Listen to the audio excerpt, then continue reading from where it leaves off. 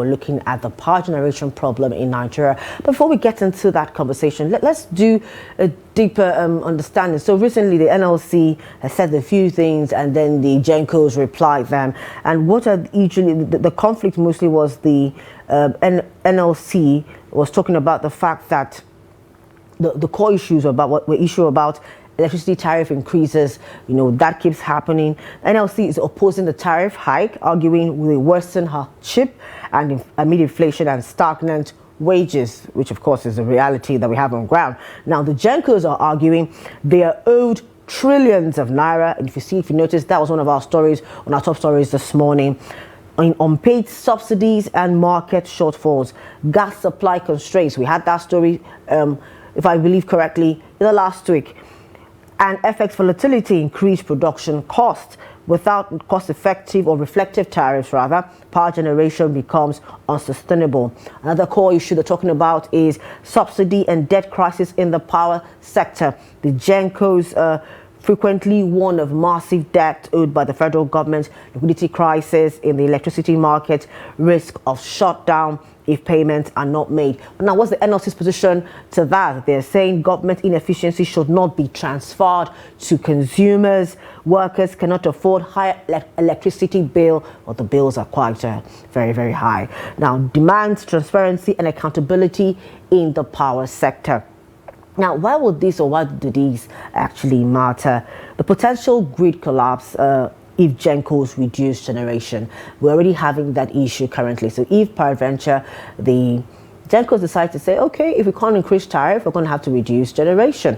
More grid collapses. Are we ready for that? Impact on businesses already battling high diesel costs. If you remember our conversation yesterday, one of the things, one of the main issues, if we're going to go to a Nigeria first manufacturing-based economy, is the power sector. It needs to be fixed. It needs to be working at its optimum capacity. That way, we could do better. Even Dangote himself said it. If the power is not fixed, there is no moving forward in the country. Now, labor unrest and possible nationwide strike, and of course inflationary pressure if the tariff increases. We're looking to see what will happen come next week, Monday and Tuesday. The MPC should be meeting for the first time in 2026. We're hoping that either they cut rates, or worst case scenario, they maintain rates. But if tariff were to increase for light, that might in a way affect inflation that we're hoping is actually we're seeing on a downward trend.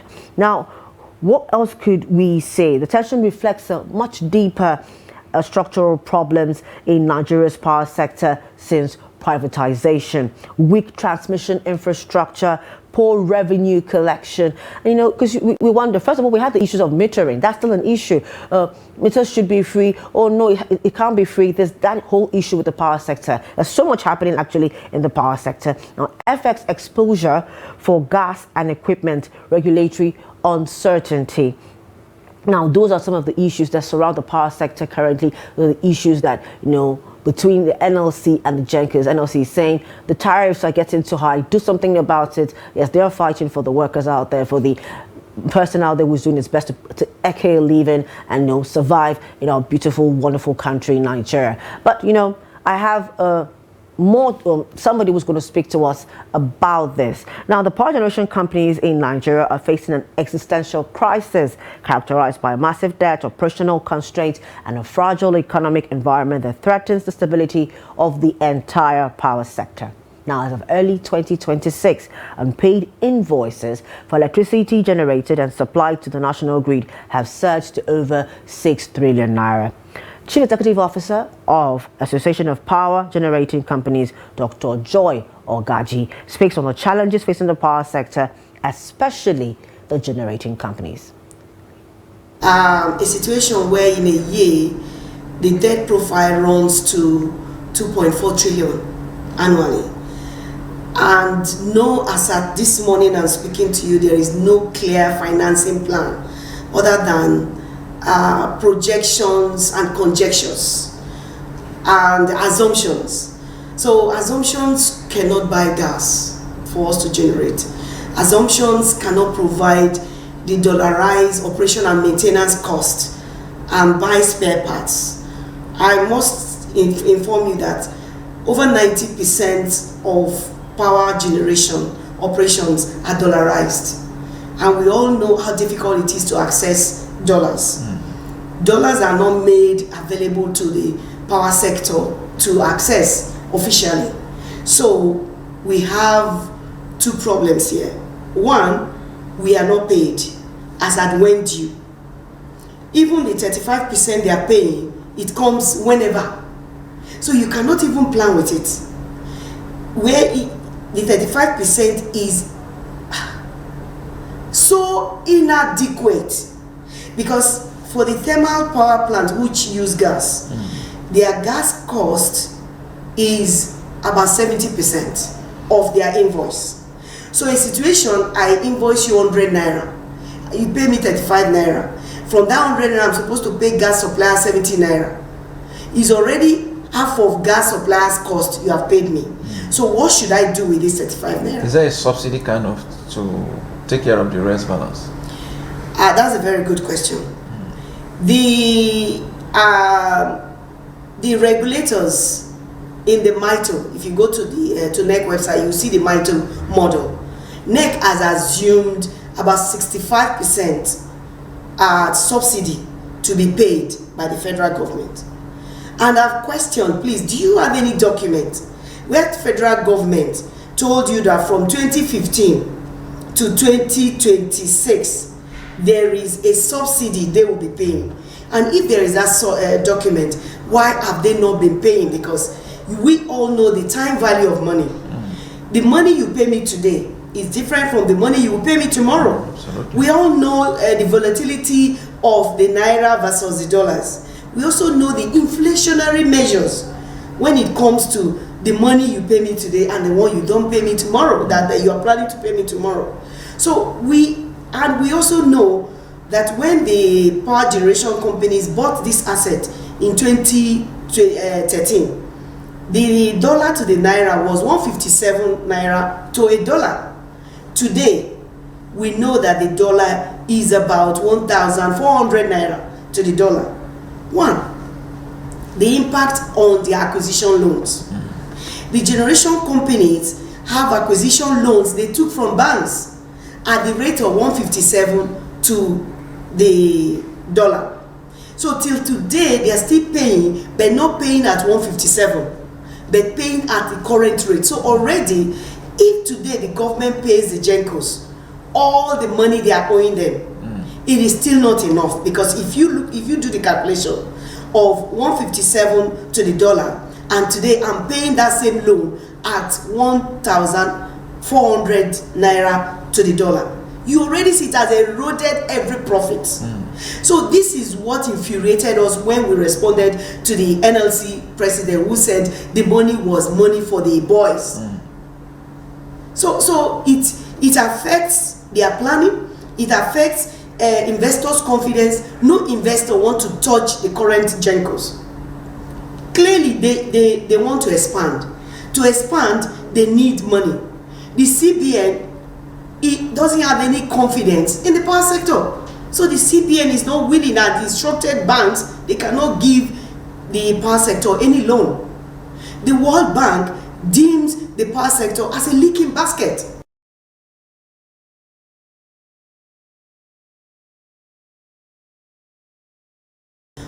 Billion as a bond to pay, with no clear financing plan for the remainder, not to talk of the accumulating one.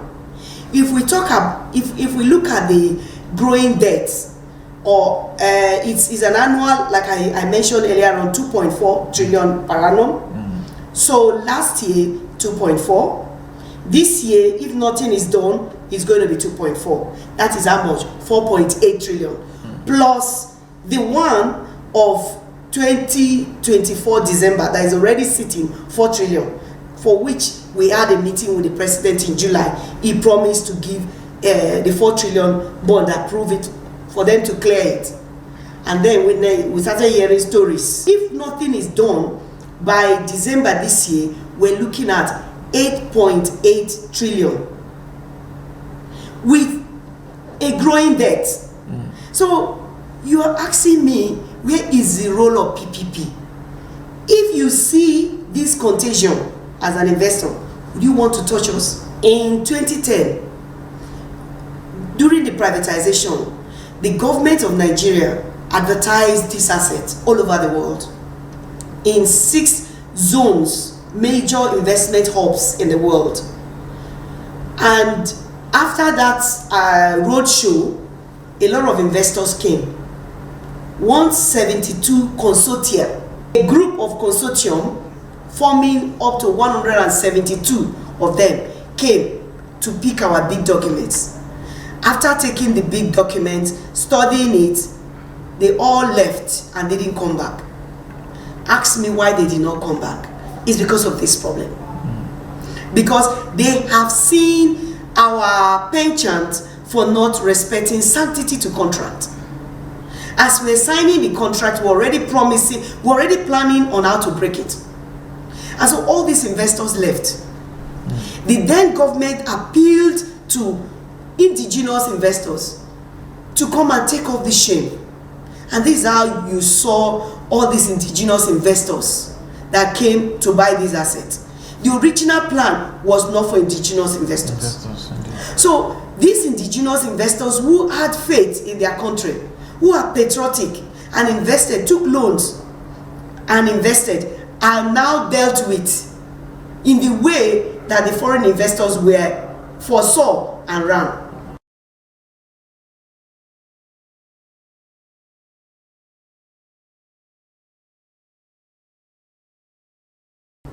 Everything rises and falls on leadership. Now, the way the power sector is designed, an international best practice, a power generation company should not even cry for its payment. Its role is to focus and generate power. As the power is going this way, the revenue should be coming the other way around. That's the way power markets are designed globally. But in Nigeria, you will cry to be giving gas to generate, and after you generate, you start begging to be paid so that you pay the gas suppliers and repair your machines or maintain your machines. So why are these happening? Is because of gap in leadership. Experienced technocrats who understand the power value chain. So as long as we politicize appointments in the power sector, rather than look at it in the way it should be, that it is a dynamic sector, that it is the pivot upon which every other sector revolves. Until we understand the power sector like that, we will continue in this rigmarole. I call it the rigmarole. It's like a circle, it keeps going on. And this debt will keep building up year by year by year. And I'm sure that's the reason why the advisors and the handlers of the federal government advise them to go on solar, so that they will not have to suffer what is going on. But there's a way out. There is solution. But the first solution is political will. Countries like Egypt, I've been to Egypt, and I sat with their power department, and they told me that their president is in charge of the power sector and every other sector. He sits down and monitors and knows what is happening today, what is happening today, and what can we do better. Anybody who is not in alignment with that to move the power sector forward, he removes the person. No, that does not happen in Nigeria.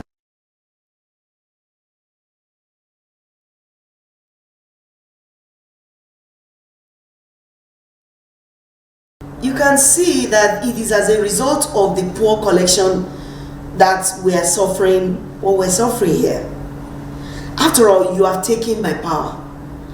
Consumers said they are paying. So, a distribution company said they are not able to collect enough. There's problem. So, one of the things we need to do is to understand transparency. Because right now, as I sit with you, nobody knows how many people the discos build. Nobody knows how many the discos, each of the discos, who are their customers. This is privatization took place in 2013. So we are on the 12th year and going to the 13th year, because by 1st of November this year, it will be 13 years post-privatization. Tell me if there's any business, a serious businessman for 13 years, you don't know your customer number. And the leadership believes that is right, is normal. It's not done. So if you don't know your customer number, how do we know how many people you have billed? How do we know how many people are paid? And then when we raise this question, they say, oh, the central bank has escrowed the account of the discos. And then we had a meeting in 2019 chaired by the then governor of Kaduna State, Nasiru El-Rufai, who called all the sector players into a room, and we started making our presentations.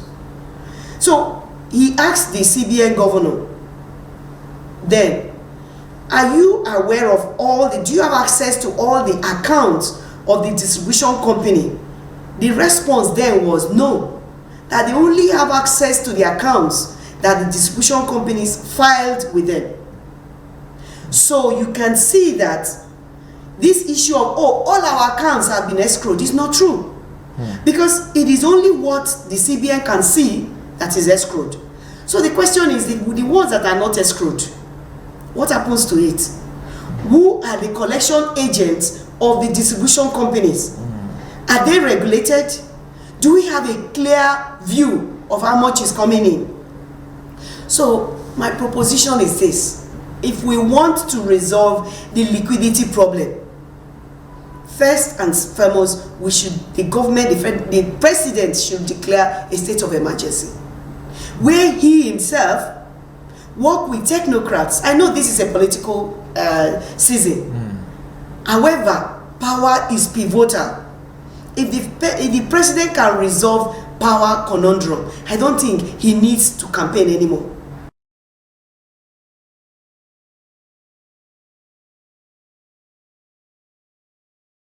Have we sat down to review all the various metering schemes and check the weaknesses and strengths of it, so that we don't repeat it in the next metering scheme we're bringing?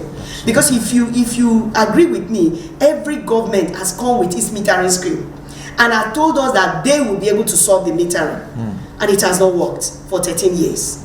So what we need to do is, my proposition, and this is not the Jenkos, this is Joy Ogaji speaking, and I believe, having been in the sector from 2011 till now, I should be able to say that I am an expert in the sector and I can speak and provide solution.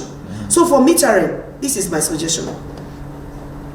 The government need to instruct SON, Standard Organization of Nigeria, to work with NEMSA and let them come up with a broad framework on metering standards and issue it out. Let different investors go and buy meters, put in various shops. It could be ShopRite, it could be any shop. Just the way you go to the shop and pick a phone, go and buy, and let government instead invest in meter installers and analyzers, so that when I buy a meter, I just call my disco, I have bought a meter, please send your installer to come and install for me, and make sure that you synchronize it to your system. That is all we need to do. Because whether you like it or not, Nigerians are still the ones paying for the meters. Absolutely. CapMe says, oh, you pay and then they will refund you. I, sitting here, I bought meter in Port Harcourt, I bought meters in Abuja, I have not been refunded, and I work in the sector. So how can the average man on the street who does not even know the sector be refunded?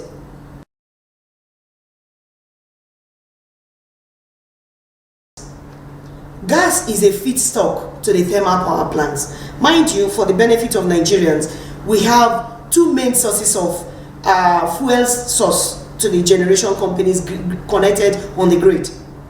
As of today, we have 30 grid-connected power plants. These 30 grid-connected power plants, 70% of them use gas. The other 30% use water, so they are hydro. The problem we're talking about is not only gas problem. It cuts across both gas power plants and water or hydro power plants. Because none of them are being paid. They all receive the same abysmal 35%. It interests you to know that Azura, that is being pounded everywhere, that Azura is the sweet boy, Azura is equally receiving 35%. So the problem cuts across everybody. And it is a threat on the Nigerian economy, not just on Gencos. It's a threat on the Nigerian economy. So it's an existential and economic and security crisis we're facing, but maybe not being well dimensioned. So on gas, the gas suppliers have told me severally, and I'm putting it on record, that they can give us gas that can enable us generate up to 10,000 megawatts, the gas suppliers. However, they cannot give us that gas because we are not able to pay. And how can we pay from 35%, I've told you? They are entitled to 70% of my 100 naira. And out of my 100 naira, I'm being paid 35 naira. So what I do is I pay them 35% of their invoice, not the 70 they are entitled to. So I just calculate 35% of their invoice and give to them. And by the time I give them the 35%, what is left cannot even carry me. Let me put it on record. There are some Gencos, I don't want to mention their name, that have not paid salaries since September last year. They've not paid salaries. Their staff have not been paid since last year. And so if a Genco is not able to pay salaries, how can he maintain his power plant? Why should I keep my machines available when constantly for nearly 13 years, what has been utilized ranges around 3,500 to 4,000 megawatts? For the past 12 years, power utilization has been around 4,000 megawatts. So with 4,000 megawatts, there is no incentive for me to keep my machines available, because the cost of maintaining my machine is huge. Wow, she had quite a lot to say about the real issues. She really actually addressed the issues affecting the power generating companies, you know, saying so out of 100 naira, they usually get about 35 naira, just 35% of what they're being owed. Quite a lot of money is being owed to the generating companies. And she listed some of those issues as to how they could be solved. And one of them, of course, is the metering situation, because as she said, regardless of what it is, Nigerians are still going to pay for the meters. So instead of, having to go through all that rigmarole, why don't you, put it out there to people to go to stores, pick it up by themselves if they're interested in having one, and then come and tell you, oh, I've bought a meter, please send your installing people to please come and install and do the right thing and have us on the right part and all that. Also, the issue of estimated billing, because when we're talking about how do we resolve these issues with the power sector, because it's all about money, people are not being paid well, the Gencos are not getting their money back, so they have to, we're not going to generate enough. And according to her, so far in 12 years, just 4,000 megawatts for a country of over 200 million people. How have we been managing ourselves so far? Some areas, of course, have not had light for months. When you hear the stories, they're quite sad, but that's that. How do we resolve some of these issues that she's mentioned, that she's talked about in the story? A metering reform, as she said, we need to move away from estimated billing and get everybody on the metering. So at least, you buy, or you consume what you buy. And of course, if the Gencos want, or rather the discos want to make money, they have no option but to give you light, because if there's no light, you don't get to spend your units. So you see how it works. So when we go on full metering, hopefully this issue of revenue leakage and revenue generation would reduce drastically, and the power sector would, be able to fulfill its part. Now, of course, how does this work? Accelerate smart meter deployment, enforce strict deadlines for discos to meter all customers. We keep hearing this, and it's like there's no real enforcement, real penalty for lack of having metering. As she said, till now, 13 years after PPP, till now, we can't say, oh, when we come to the to Abuja,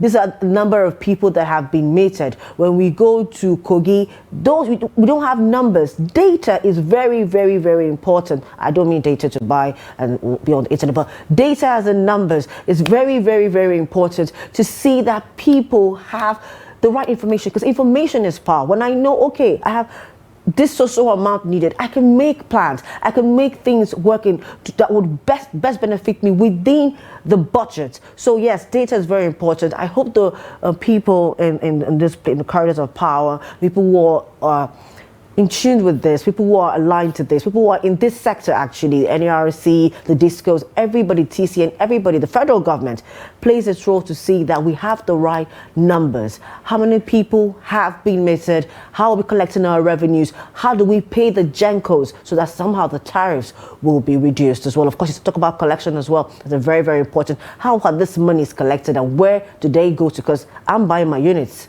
So where this money is going to. So that's it for Business Daily this morning and for this week. For more of our programs, do want to follow our social media platforms and our YouTube live stream. I've been your host, Chiamaka Wafo. Same time, same place. Bye for now. This program is brought to you in partnership with the Central Bank of Nigeria.